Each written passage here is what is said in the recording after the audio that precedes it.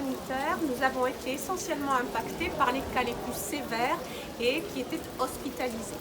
Aujourd'hui, avec cette deuxième vague, nous ne sommes pas d'emblée dans les problématiques des hospitalisations. Nous avons eu beaucoup de patients en ambulatoire qui sont venus vers l'hôpital et notamment à la faveur d'un partenariat très étroit que nous avons noué avec la CPTS et qui nous permet d'orienter ce flux de patients ambulatoires vers un centre de dépistage tenu par les praticiens libéraux avec l'aide de l'hôpital dans nos locaux. Ça a été extrêmement appréciable, ça nous a énormément facilité la vie parce que tous les patients qui passent par ce centre de dépistage sont des patients qui ne passent pas par les urgences. En un mois et demi de temps, nous avons eu près de 1600 patients qui ont fréquenté ce centre de dépistage.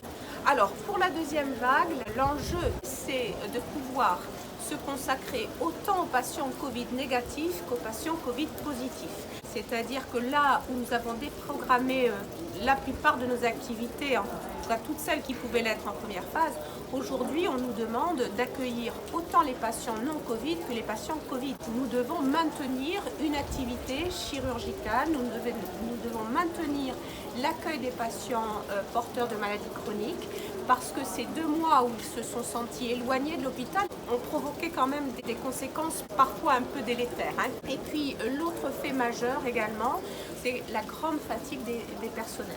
Parce que d'abord, ils ont été extrêmement sollicités. Alors il y a eu l'adrénaline du départ. Ensuite, on s'est rendu compte que la crise s'installait dans le temps. 2 mois, 3 mois, c'est extrêmement long quand on sait l'investissement que cette guerre sanitaire nous a demandé. Et là, se dire qu'il va encore falloir donner un coup de collier. Est-ce que les congés, par exemple, vont encore être annulés? Est-ce que les écoles vont accepter les enfants?